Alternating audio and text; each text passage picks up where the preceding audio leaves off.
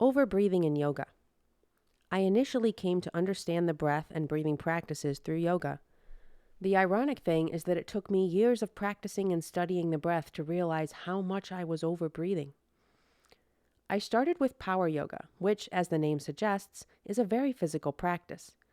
Much like Ashtanga Vinyasa, another prevalent form of yoga, it has a strong focus on a loud and forceful kind of breath called Ujjayi pranayama. I'm not implying that Ujjayi breathing is always loud and forceful, but all the power yoga teachers from whom I learned taught it as such. I will break down Ujjayi pranayama later in this book, but I want to give you a quick understanding of the common way this breath is practiced. Ujjayi is an audible breath where the practitioner constricts their throat the way they would if they were trying to whisper with their mouth closed. This constriction of the glottis creates a hissing sound as the practitioner inhales and exhales through the nose.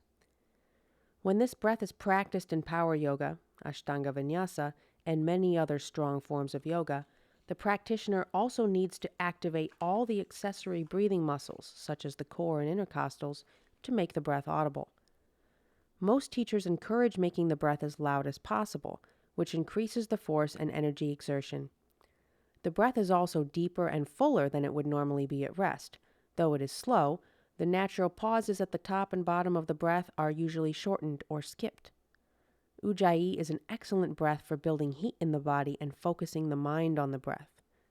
Still, it can be a massive waste of energy and form of unnecessary overbreathing if not used appropriately, especially if we are practicing yoga for 90 minutes or longer in mostly static postures. When the yoga practice is physically intense, our increased metabolic rate can make up for the excess carbon dioxide that we are losing from the increased breathing. But breathing more than needed comes with a physiological price. I'm not suggesting you stop your Ujjayi breath during yoga. I just want to bring awareness to what happens physiologically and offer ways to modify the practice to serve you better and clarify your intention. Ujjayi is a powerful tool when used right. Even if you are not doing Ujjayi, are you aware of the intensity of your breath, and are you breathing more than you need to? Could you breathe less? If we do Ujjayi breath while holding triangle pose and breathe very slowly at 10 times per minute, but also breathe deeply at 3 liters per breath, which isn't a full breath, just about 2/3 of our vital capacity, we are breathing 30 liters of air per minute. With our normal breath, we breathe 5 liters per minute. However, our deep Ujjayi breath delivers 6 times as much air as we would need to breathe while holding this pose.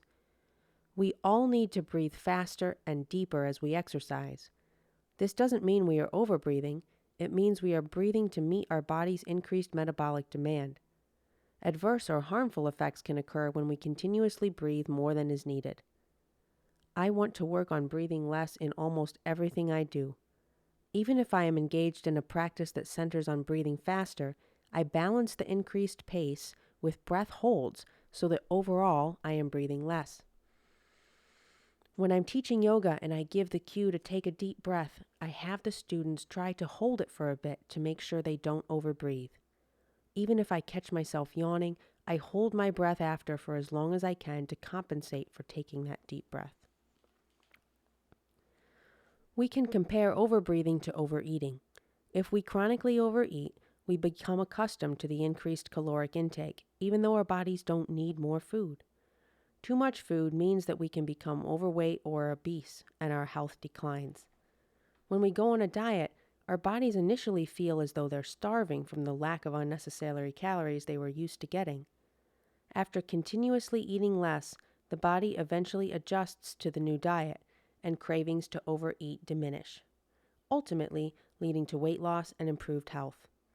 Similarly, when we start breathing less, initially our bodies feel they are not getting enough air because they're used to excess oxygen they receive from overbreathing. In the beginning, the body also has fewer red blood cells to support breathing, as well as a lower tolerance to carbon dioxide. Just like beginning a diet, training the body to accept a new norm takes time. Also, like a diet, it is easy to relapse into old habits. Learning to breathe takes time and consistency.